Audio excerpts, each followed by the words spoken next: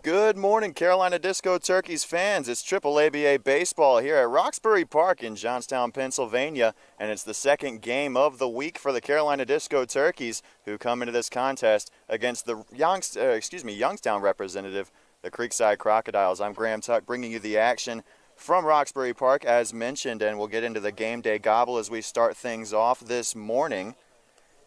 Carolina comes into the contest after a rough game yesterday against the Maryland State representative, Crabfest All-American. In that game, they recorded only 4 hits, one of them a home run in the first inning from Hayden Setzer, who's back in the lineup today. 2 of the 4 came from Dane Stewart, also back in the lineup today, and the other one from Bryson Beber.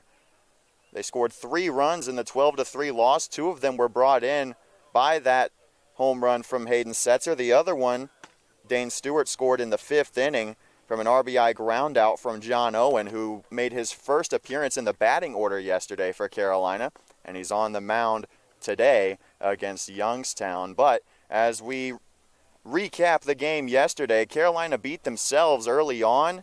Maryland State scored a lot of unearned runs in the first couple of innings. They scored their first 7 runs with 2 outs. And Carolina just couldn't shut the door on a couple of innings, and it came back to haunt them, as once Maryland State turned to the bullpen, they just couldn't get anything going.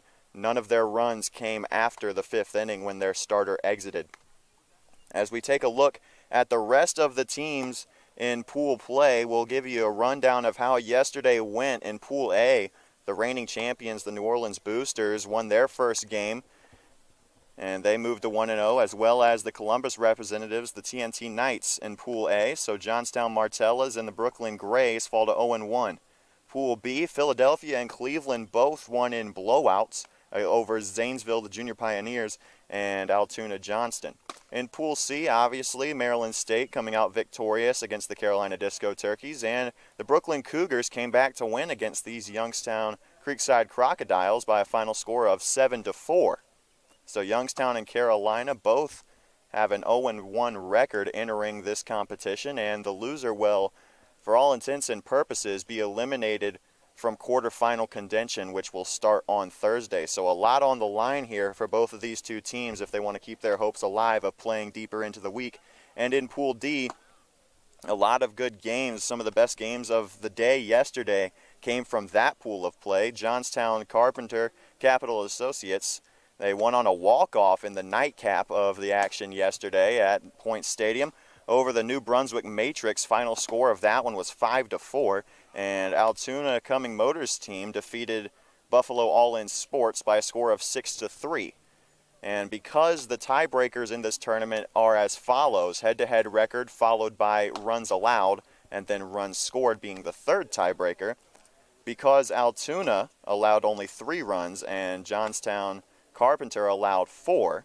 Altoona currently has the tiebreaker over Johnstown with the same record. Same deal for Youngstown and Carolina. Youngstown allowed 7 runs yesterday, and Carolina allowed 12. So as of right now, Youngstown would have the tiebreaker over Carolina, but of course that'll change after this if Carolina can pull out the win today. Head-to-head tiebreaker would trump everything else. And that'll do it for the game day gobble as we get into the Foothills Brewing starting lineups, presented by Foothills Brewing, of course.